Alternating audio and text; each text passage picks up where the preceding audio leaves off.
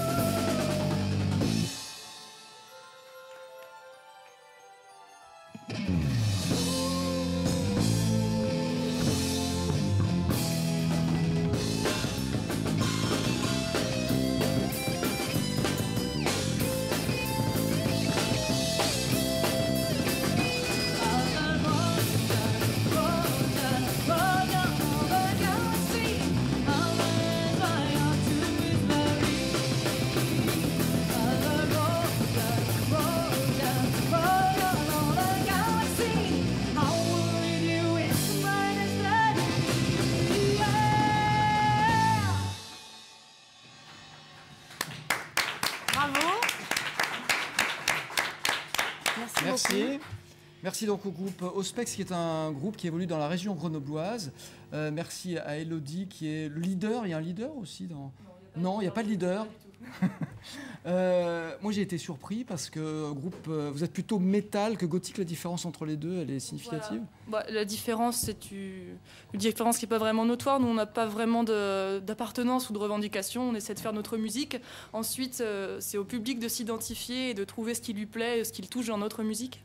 Moi, j'ai été surpris parce qu'il y a une mélodie, puis il y a des qualités vocales de chanteuse qu'on n'entend pas toujours dans les groupes métal.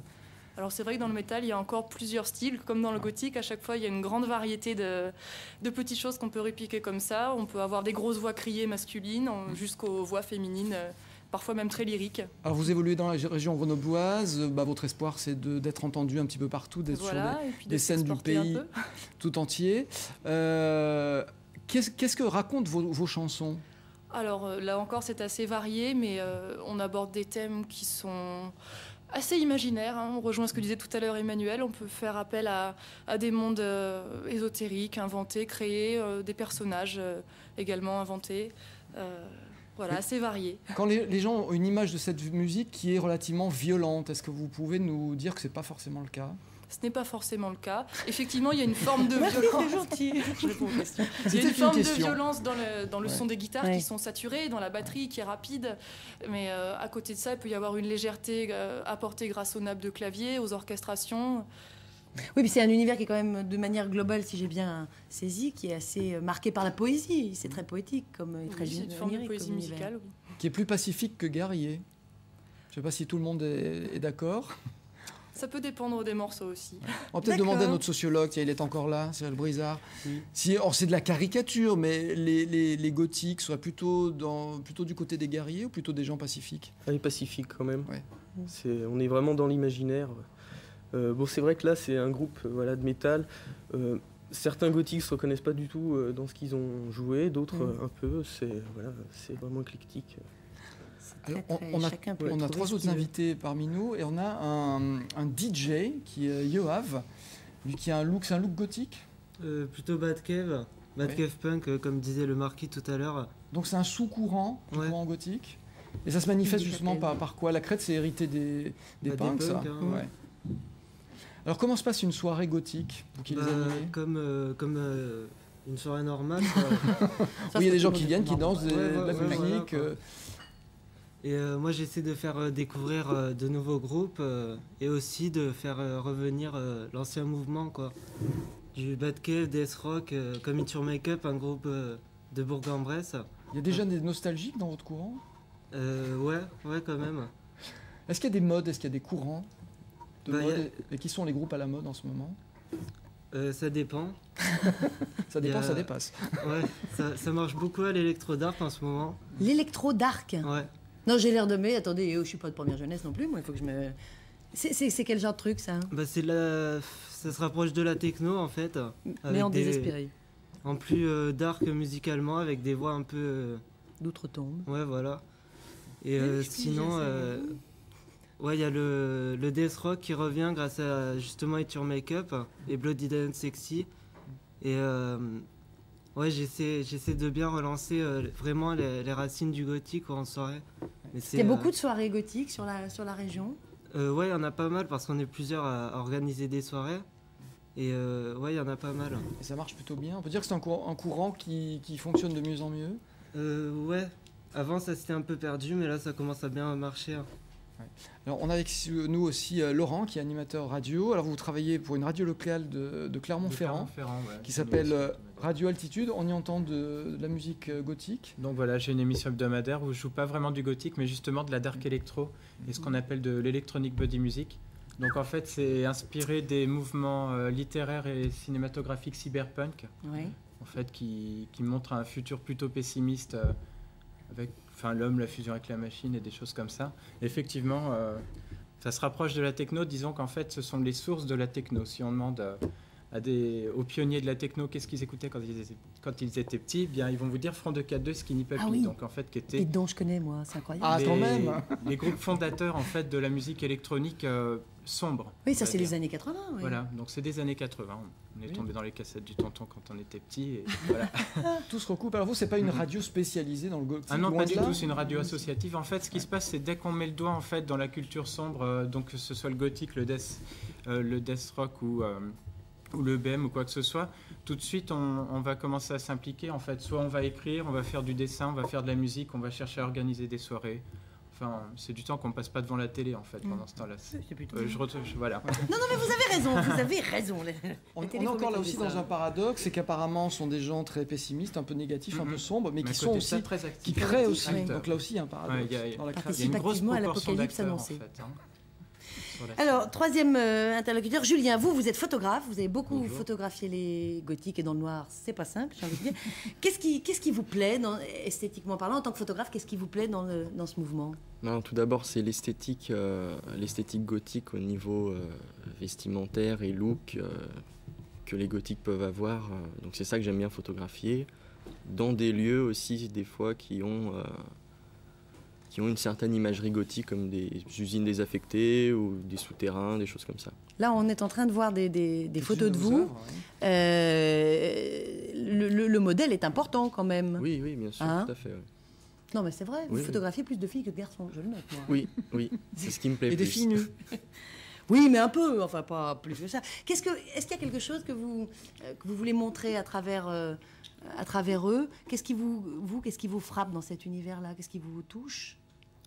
Tout d'abord, j'aime bien le côté théâtral et mise en scène que les gothiques et les modèles gothiques peuvent avoir. Donc c'est ça que j'essaie de mettre en valeur. Et comme je l'ai dit, l'esthétique dans certains lieux avec des éclairages un peu sombres pour rester dans le milieu, quoi. Il y a un truc qui vient de tomber, mon Voilà, Dieu. Ce n'est que le décor qui tombe en miettes. Vous, alors vous n'êtes pas gothique du tout, un Stetson noir, c'est plus... C'est texan, c'est du gothique texan. Ça peut être amené gothique, ouais. Non, mais comment dire, vous n'avez pas il n'y a pas d'identification. Je pense que j'ai pas besoin d'avoir de look particulier parce que je le vois assez tous les jours à travers les photos, les films, et donc sur moi c'est assez soft. Julien, où est-ce qu'on peut voir vos photos? Je crois que vous avez vous ne faites pas d'expo papier galerie pour l'instant. Alors il y a déjà sur mon site internet, vous pouvez voir les photos. Alors sinon, c'est ça, hein, www.antiquemospictures.com. Voilà, exactement.